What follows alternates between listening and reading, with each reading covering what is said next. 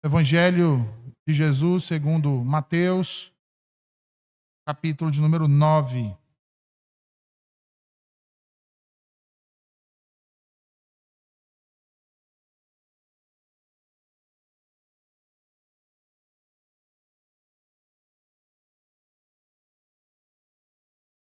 Mateus, capítulo 9, versículos 18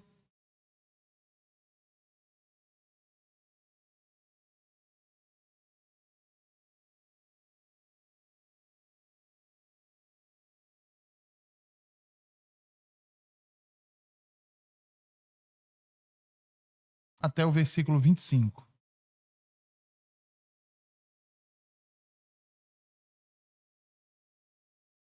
Perdão, até o versículo 26. 18 até o versículo 26. Assim diz o Senhor. Dizendo-lhes estas coisas, eis que chegou um chefe e o adorou, dizendo: Minha filha faleceu agora mesmo, mas vem, impõe-lhe a tua mão e ela viverá. E Jesus, levantando-se, seguiu ele e os seus discípulos.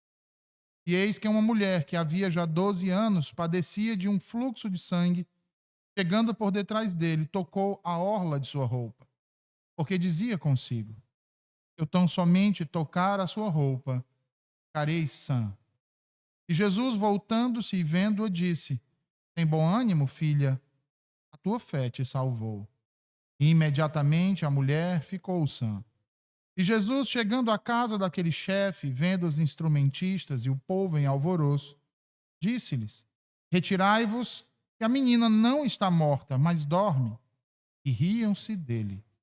E logo que o povo foi posto para fora, entrou Jesus e pegou-lhe na mão, e a menina levantou-se.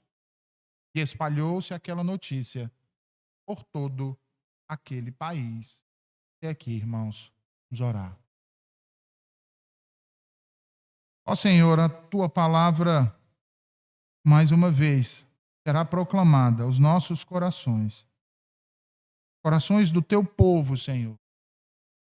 Aqueles a quem tu redimiste no sangue do teu Filho, Jesus Cristo. Edifica, Senhor, a tua congregação. Edifica a cada um dos presentes aqui e nos transforma para o louvor da tua glória. Amém.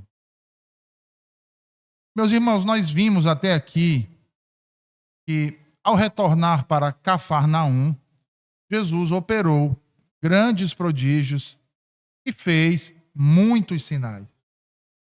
Nós vimos que ele curou um homem leproso, ele curou o servo do centurião da cidade, curou a sogra de Pedro, expulsou as legiões de demônios que haviam possuído aqueles dois pobres homens em Gadara.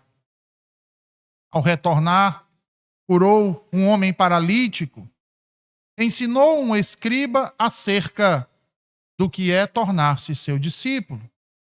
Ensinou os discípulos de João acerca do jejum e também acerca do que significava misericórdia para Deus. E enquanto ainda fazia isso, vejam, Mateus nos diz que se aproximou dele, Jesus, um dos principais da sinagoga. Na minha versão, chamado aqui de chefe. Então vejam, meus irmãos, a sinagoga era governada por uma junta de anciãos. Nós podemos dizer que a sinagoga era governada por um conselho constituído de presbíteros. E este homem que procurou a Jesus era um destes presbíteros da sinagoga de Cafarnaum. Uma das responsabilidades deste conselho era exatamente manter a boa ordem nas reuniões da sinagoga, nos cultos que eram realizados ali. O homem que se aproximou de Jesus, a quem Mateus não menciona o nome aqui no texto, mas Marcos e Lucas, que narram o mesmo episódio, Dizem que se chamava Jairo. Este homem era parte do conselho daquela sinagoga. Então, Mateus diz que, ao se aproximar, aquele homem demonstra elevado respeito por Jesus. Pois o texto nos diz, irmãos, que ele se prostra, ou seja, põe-se de joelhos. Ele clama, demonstrando uma intensa angústia, pois havia recentemente recebido a notícia de que sua filhinha havia morrido. Porém, mesmo assim, ele diz para Jesus: mas vem, Senhor, demonstrando assim uma profunda fé, irmãos, pois complementa ainda o seu discurso dizendo que se Jesus fosse até a casa dele e estendesse as mãos sobre a sua filha, ela certamente viveria. Jesus, então, aceita o convite.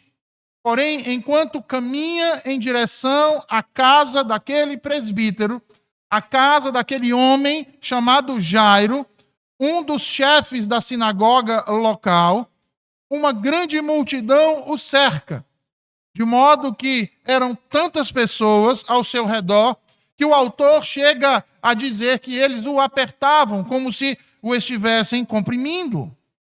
Neste momento, irmãos, Mateus diz então que uma mulher se aproxima de Jesus e toca a orla de suas vestes. Jesus, então, ao ser tocado, pergunta aos seus discípulos quem o tocou.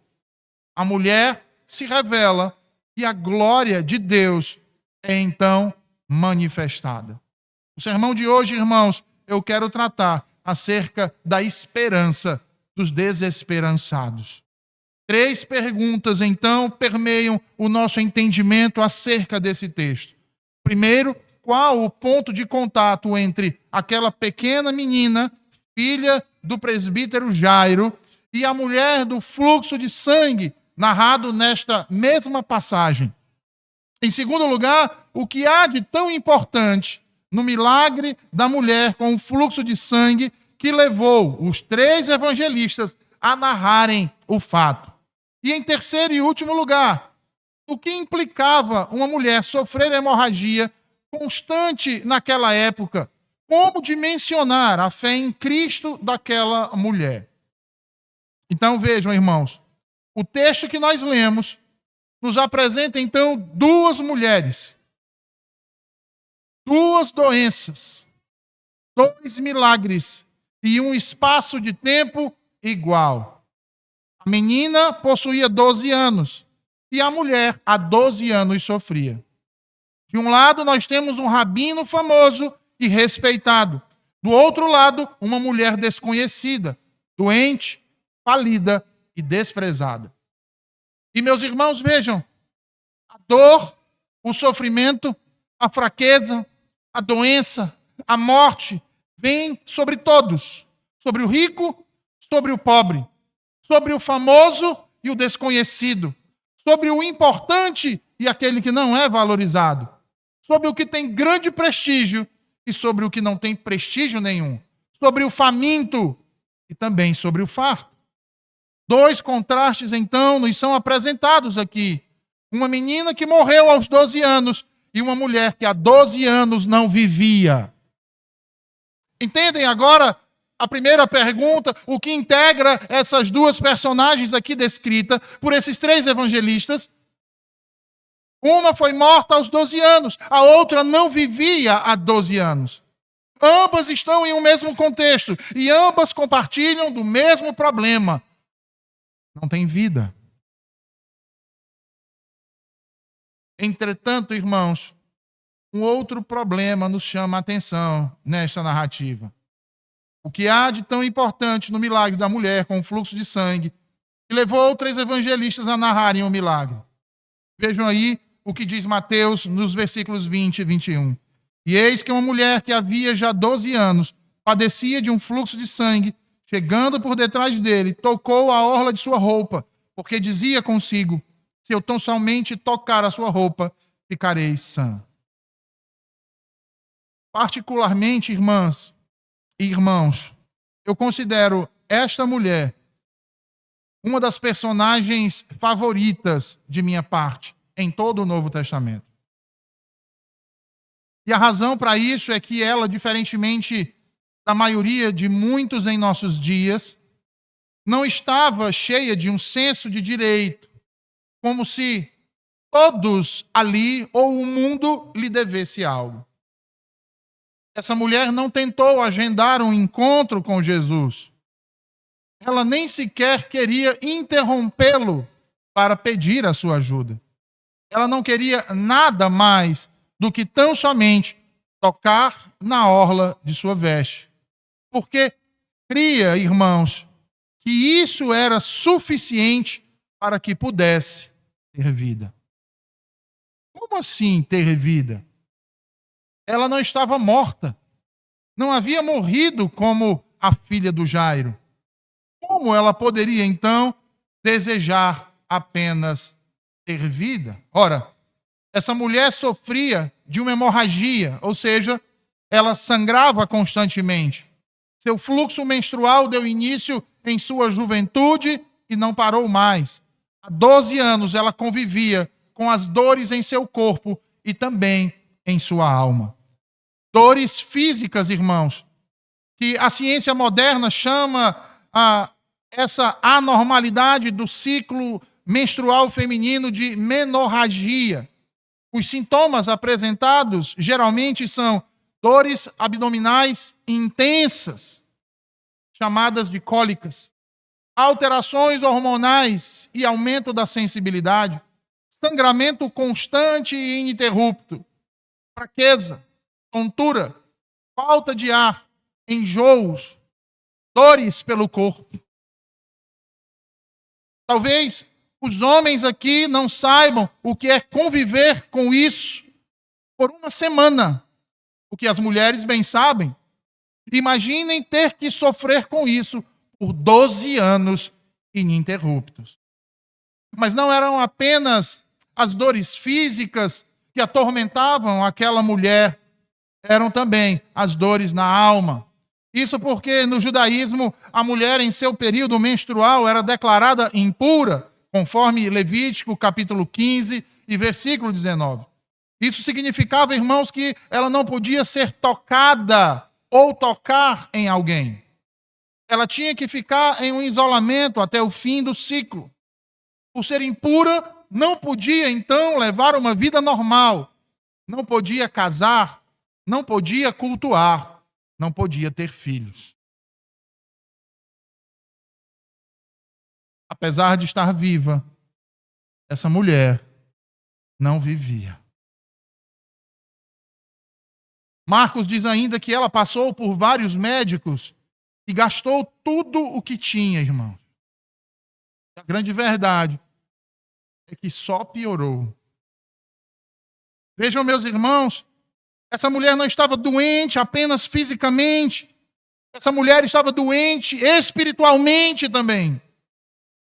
12 anos de sua vida, confiando na ciência, confiando nos médicos, aguardando para que aquele mal, a qualquer momento, se fosse do seu corpo, mas isso não aconteceu.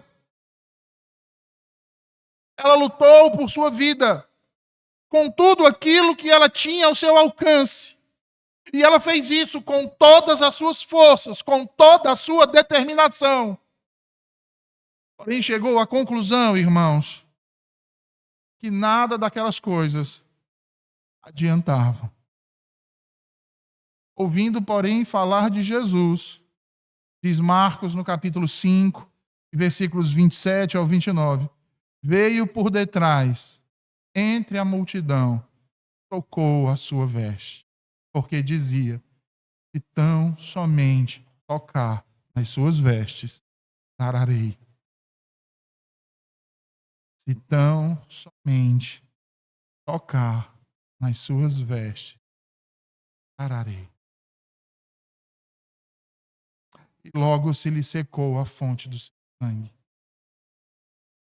Sentiu seu corpo curado daquele mal. Notem aqui uma coisa, irmãos. Não somente as pessoas de destaque na sociedade, como Jairo, foram a Jesus em tempos difíceis. Mas também, principalmente, os pobres. Qual é essa mulher? Os aflitos.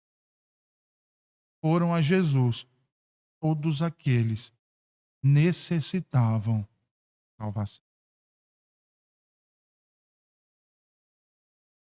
Versos anteriores, nós vimos que essa mulher perdeu tudo o que tinha, vivendo há 12 anos em um deserto, vivendo em um vale, uma vida em sequidão de estio,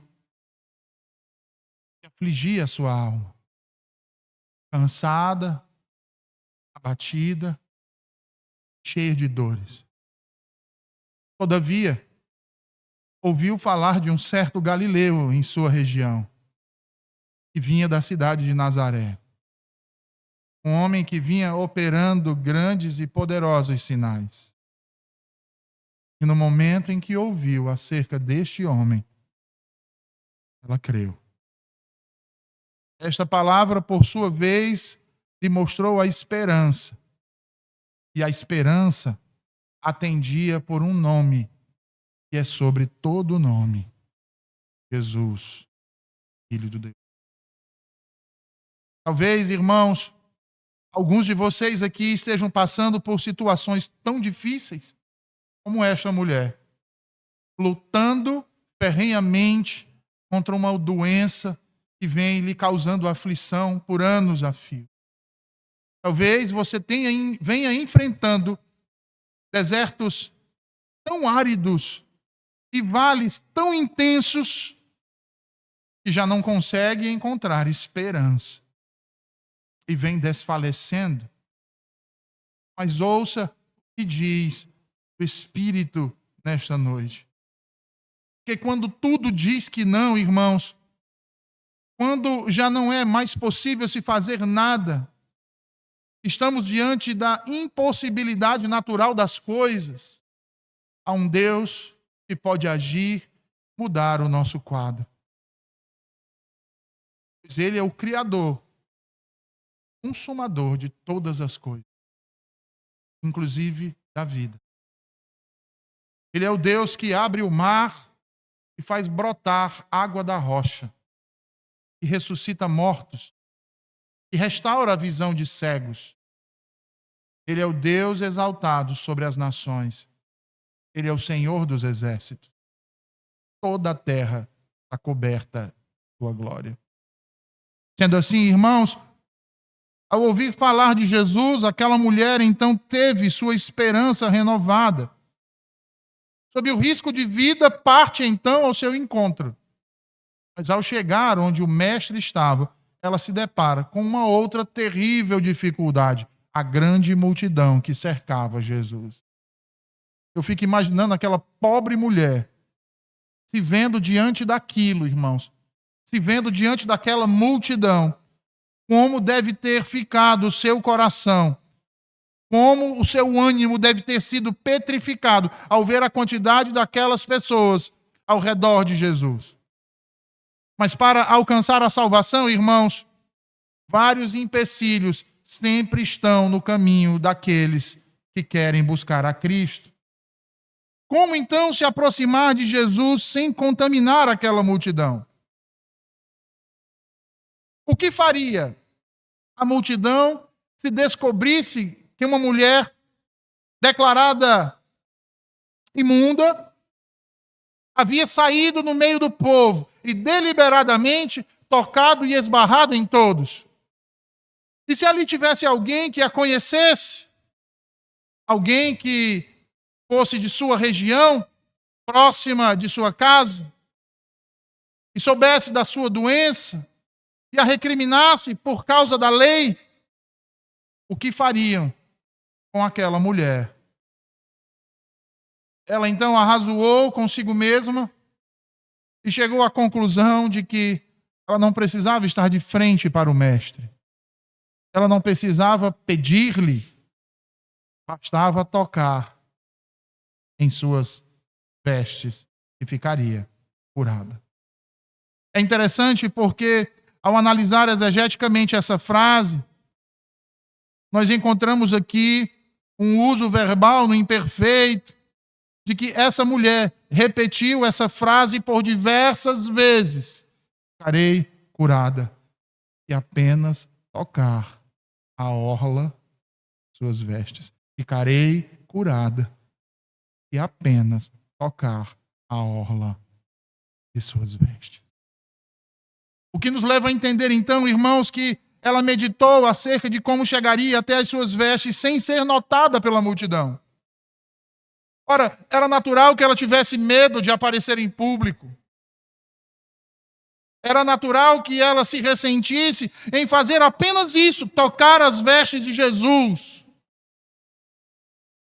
Mas essa era a maneira mais rápida, mais prática, não mais fácil, de fazer isso sem ser notada. Vir por trás, tocar a orla, balançava livremente atrás das vestes do Salvador. Ele, pensou a mulher, nunca perceberá o acontecido.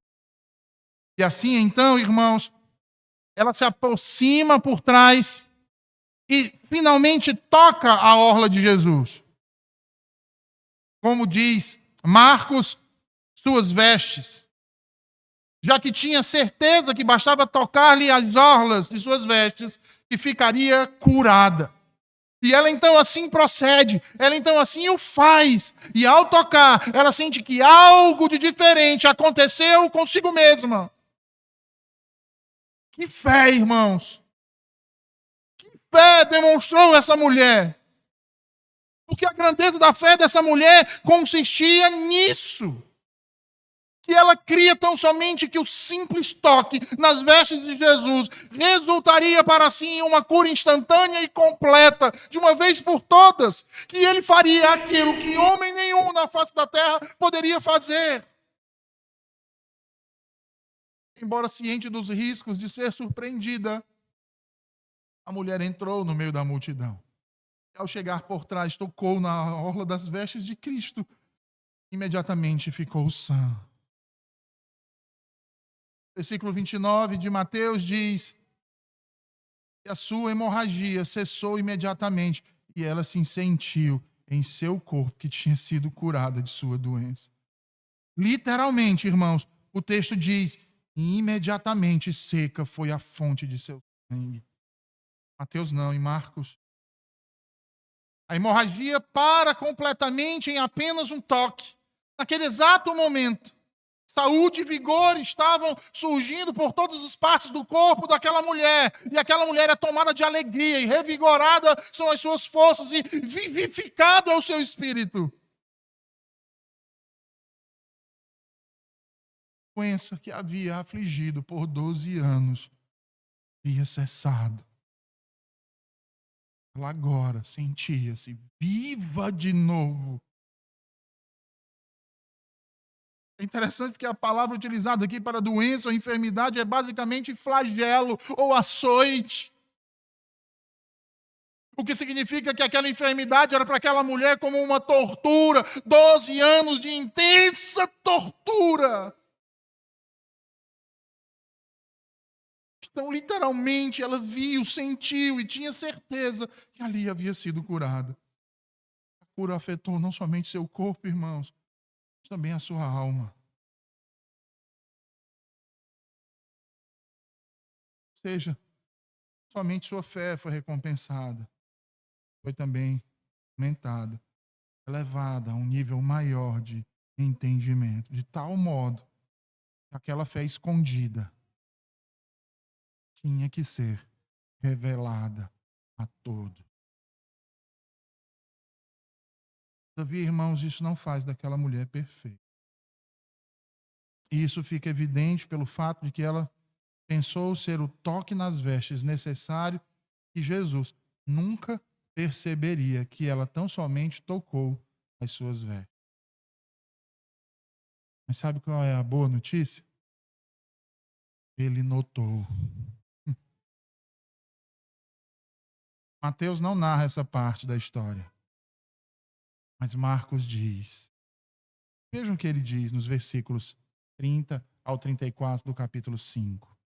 Jesus, reconhecendo imediatamente que dele saíra poder, virando-se no meio da multidão, perguntou: quem me tocou nas vestes? Responderam-lhe seus discípulos: vês que a multidão te aperta e dizes: quem me tocou?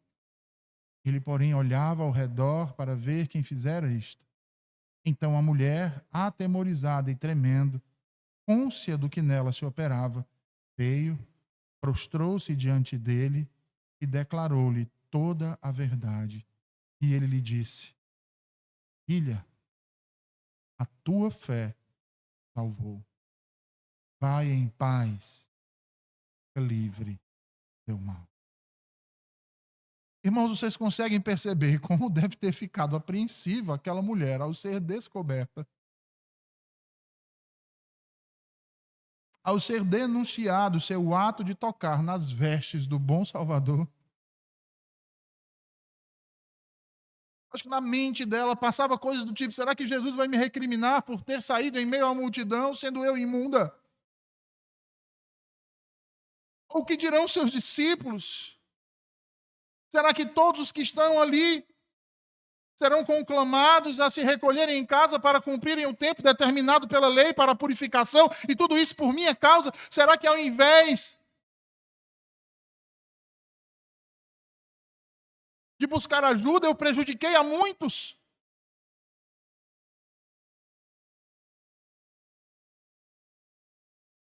Números 5, versículo 2 diz que é a ordem do Senhor a lançar fora do arraial a todo leproso e a todo que padece fluxo e a todos os imundos por causa do contato com algum morto. Percebam, meus irmãos, Jesus não ignorou o fato de alguém tê-lo tocado, e isso não acidentalmente, mas de propósito. Não somente com a mão, ou talvez até com a ponta do dedo apenas, mas com fé. Ele sabia que era por causa daquela fé que o poder de dentro dele, procedente dele, havia respondido. Por isso ele diz aí no versículo 30, veja: Jesus, reconhecendo imediatamente que dele saíra poder, virando-se no meio da multidão, perguntou: quem me tocou nas vestes? Quem me tocou? E vejam que enquanto as questões se avolumavam na mente daquela mulher, Jesus continuava a perguntar: quem me tocou? E a multidão olhava um para o outro e negava, e Pedro, juntamente com os outros discípulos, tentaram dissuadir Jesus, dizendo: mas mestre, como é que tu pergunta acerca de quem te tocou? Não vem a multidão ao teu redor, que todos estão a te espremer, que todos estão a te apertar, todos querem encostar em ti, todos estão mantendo contato contigo, por mais que tentemos fazer aqui um cordão de isolamento, mas não conseguimos. Como o Senhor vira para nós e pergunta: quem me tocou? Jesus, porém, continuou a olhar entre a multidão, conclamando aquele que havia lhe tocado. Diferentemente de todos os outros, para que se apresentasse. Lucas, no capítulo 8, vai dizer, no versículo 33, ou melhor, mostrar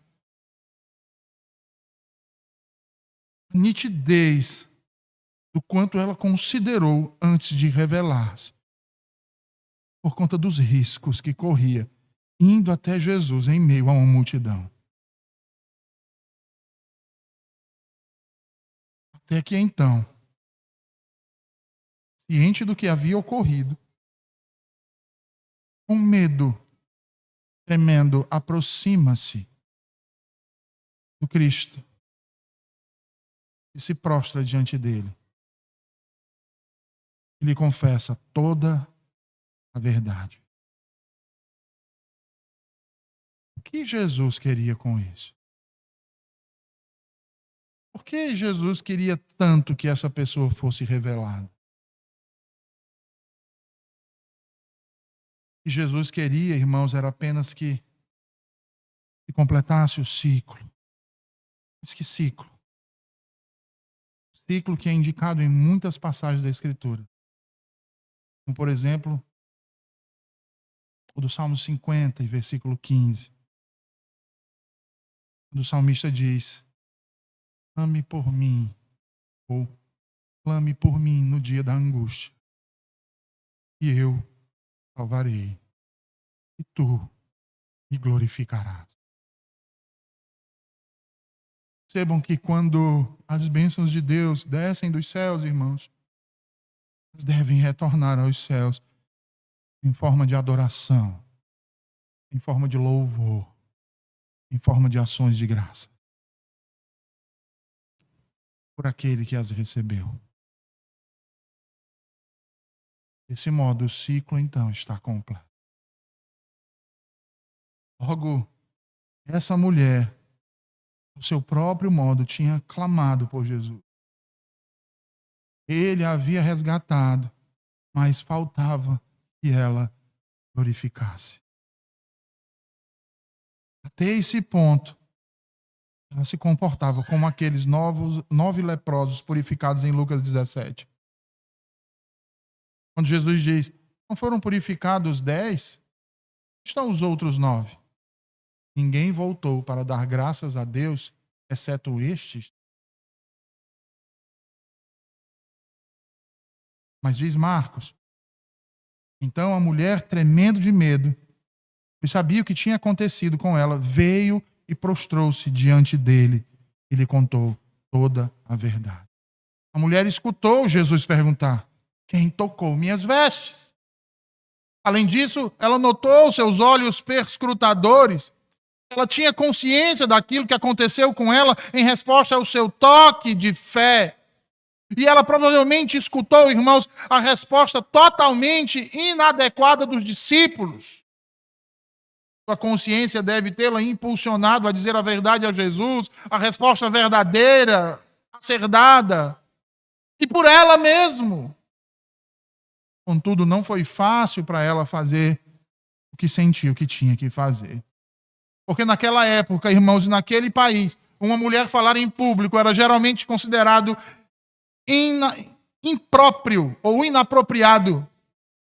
Ainda mais em uma situação como aquela, um flagelo físico particular pelo qual havia sido afligida por tantos anos e considerada como impura. Todavia, mesmo assustada e tremendo, ela veio e contou toda a verdade, provavelmente dizendo a todos os fatos relatados nos versículos 25 ao 29. E o resultado não foi, irmãos, uma reprimenda. É justamente o oposto, como fica evidente nas palavras de Jesus no versículo 22. Tem bom ânimo, filha. A tua fé te salvou. Amoroso Jesus a chama de filha. Ainda que ela pudesse, irmãos, não ser mais nova do que ele. Ainda assim, ele fala como um pai fala com sua filha. Cheio de ternura, cheio de compaixão. Ele a elogia por sua fé, mesmo sabendo que aquela fé, como foi indicado, não era de modo algum perfeita. Até mesmo o versículo 27 de Marcos indica: tenha sido ele mesmo quem, por meio de suas obras maravilhosas, produziu essa. De fato, irmãos, ela creu no seu coração, mas ainda não havia confessado com sua boca. Foi para provocar essa mudança que Jesus, então, imediatamente se vira para aquela multidão e pergunta: quem tocou as minhas vestes? Ou como Lucas escreve: quem foi que me tocou? Foi quando Jesus lhe acalmou dizer: filha, tua fé salvou. Vai em paz, ser curada deste teu. Por causa da fidelidade de Cristo Jesus, que honra aqueles que nele confiam, a mulher foi salva, recebida como filha. curada do fluxo de sangue, despedida em paz. Toda a confiança surgiu quando a mulher simplesmente ouviu falar de Jesus. Ouviu o evangelho, a boa nova da vindo falar de Jesus, diz Marcos, veio por detrás, entre a multidão, tocou na sua. Porque dizia, tão somente tocar nas suas vestes, pararei. A confiança dessa mulher, irmãos, nos ensina que Jesus é a água viva, fonte inesgotável, pois qualquer imundo que tocá-lo será limpo de sua imundície. Através dele somos ensinados que Cristo é a semente incorruptível, Verbo encarnado, e até mesmo cadáveres que sobre ele caírem voltarão à vida, purificados. A confiança, irmãos, não surge do sofrimento ou das mazelas diárias. Antes, tem origem a palavra da verdade. Olhem para o texto. Escutem o que Deus nos diz. Ela passa a confiar no momento em que ouve o evangelho, no momento que ouve acerca de Cristo. Quando ela ouve acerca dele, ela reflete e se enche de confiança. Ela crê e resolve, através dessa fé, superar todos os seus medos. Se ela não tivesse ouvido acerca de Cristo, jamais teria crido. Porque a fé, irmãos, vem pelo ouvir e o ouvir a palavra de Deus. Ao ouvir acerca daquele homem, ela foi invadida por uma confiança tal que considerou que tão somente se tocasse nas suas vestes seria curada. A confiança que ela depositou em Cristo era diferente da confiança que tivera nos médicos. A confiança nos médicos levou a gastar tudo que possuía, a perder tudo que tinha, mas a confiança em Cristo levou-a a desafiar as suas próprias limitações, a desafiar as suas próprias crendices, as disposições da lei e da religiosidade de seu tempo, o juízo dos demais. Aquele homem tinha poder para sará-la daquele mal, e ela creu nisso, que se apenas tocasse as suas vestes, seria curada.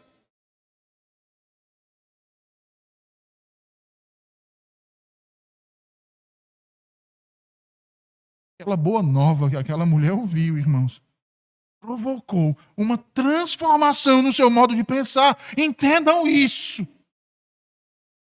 Porque se não tivesse mudado o seu modo de pensar, ela jamais teria chegado a essa conclusão. Se tão somente eu tocar nas suas vestes, serei curada. Hoje o Senhor também nos chama a confiar nele. Fez com essa mulher. Como você vem sofrendo, talvez até mesmo calado. Não importa se já desenganaram. Não importa se sua mente você já decretou até o seu tempo de vida. Ou os problemas da sua vida não têm solução, que as coisas não vão mudar. O Senhor nos diz, irmãos, nos convida para tocar as suas vestes nessa noite. Entregar o fardo que tem sido pesado demais para carregarmos ele. Você que tem sofrido com frieza espiritual. Você que tem atravessado o deserto da alma. E tudo que contempla não passa de um imenso osso, um imenso vale de ossos.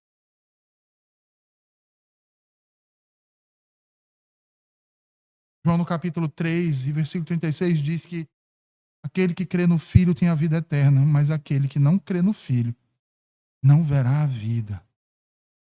mas a ira de Deus sobre ele permanece. O autor e consumador da fé nos chama nesta noite, irmãos, a sermos curados, se apropriar da vida que há nele, para que juntamente a ele gozemos do grande privilégio da eternidade. Sabe como quem? Como Jairo, um dos principais da sinagoga de Cafarnaum. Enquanto seus pares condenavam a Jesus e olhavam com desconfiança, não pensou duas vezes em se prostrar diante do Senhor e clamar por sua filha. Lembram de quando começamos o sermão? É ele quem busca Jesus e Jesus decide ir até a casa dele. Esse caminho, essa mulher aparece. Mas Jesus segue, conforme Mateus 9. Vejam aí o que diz Mateus, versículos 23 ao 26. Jesus prossegue o seu caminho. E chegando à casa daquele chefe, e vendo os instrumentistas e o povo em alvoroço, disse-lhes: retirai-vos, que a menina não está morta, mas dorme. E riam-se dele. E logo que o povo foi posto fora, entrou Jesus, pegou-lhe na mão, e a menina levantou-se. E espalhou-se aquela notícia todo aquele país.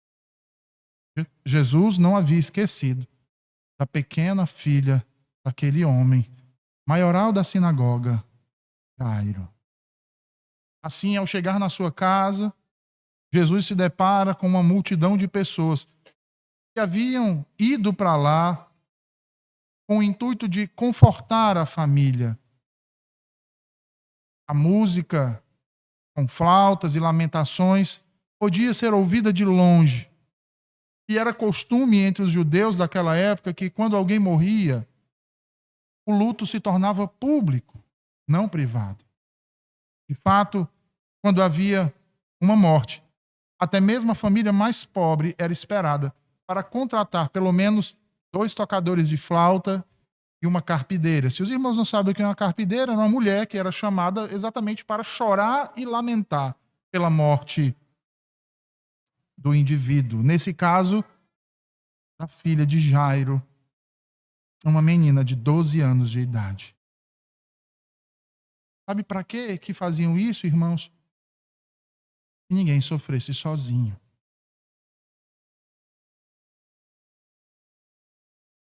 E sabe o que isso nos faz lembrar também do que diz Paulo em Romanos 12?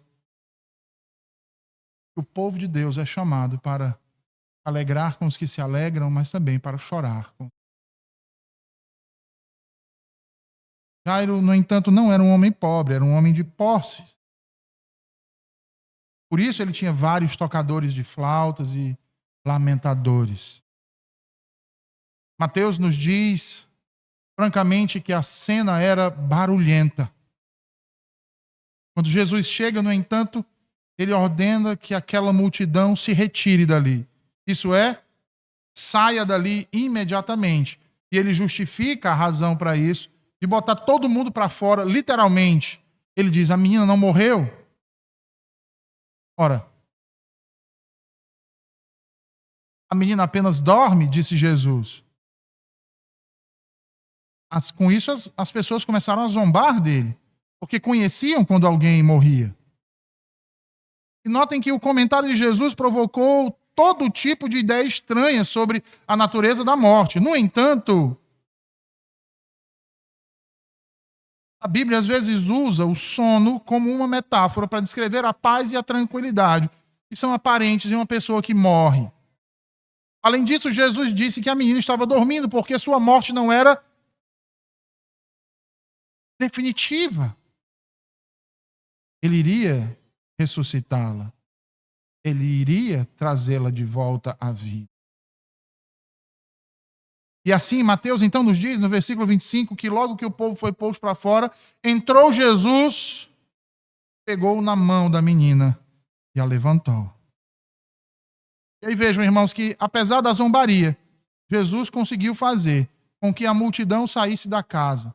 Provavelmente por insistência de Jairo, que tinha fé de que Jesus sabia o que estava fazendo. Jesus se dirige então até a garota e pega na sua mão. Marcos e Lucas observam que ele ordena que ela se levante. E quando ele o fez, ela volta à vida imediatamente. Lucas acrescenta uma nota no capítulo 8, versículo 56, dizendo que os pais da menina ficaram atônitos. Da mesma forma, Marcos diz que eles ficaram muito admirados. Ele não nos diz quem eram eles, mas certamente diz respeito aos pais e aos familiares mais próximos, que se reuniam ali para lamentar. Nos relatos de Marcos e Lucas, então, lemos que Jesus ordenou que Jairo e sua esposa não contassem a ninguém o que havia acontecido. No entanto, Mateus escreve e diz que o relato disso se espalhou por toda aquela terra. Mas como um pai e uma mãe, ao ver a filha morta e tê-la de volta em seus braços com vida, poderia se calar diante de tão grande maravilha? Um milagre dessa magnitude, irmãos, não poderia ser mantido em silêncio. E, meus irmãos, assim como Jesus sarou aquela mulher, ressuscitou a filha de Jairo, ele também fará por todos aqueles que depositaram sua fé nele. Porque ele tem poder não apenas sobre tempestades, sobre demônios, sobre paralisias, sobre cegueiras, ou sobre hemorragias, sobre as doenças e a própria morte. Ora, ele é aquele que tem a chave da morte, conforme Apocalipse 1,18 nos revela. Porque ele a derrotou. Então, a coisa que mais tememos, irmãos, como seres humanos, diante de Cristo Jesus, perde a força de seu aguilhão. A vida tinha acabado para aquela menina de 12 anos, até que Jesus a tocou. A nossa vida não era vida até que Jesus nos tocou e nos chamou e continua a nos dizer hoje que Ele é o mesmo Cristo, o mesmo Deus de ontem, de hoje e de amanhã.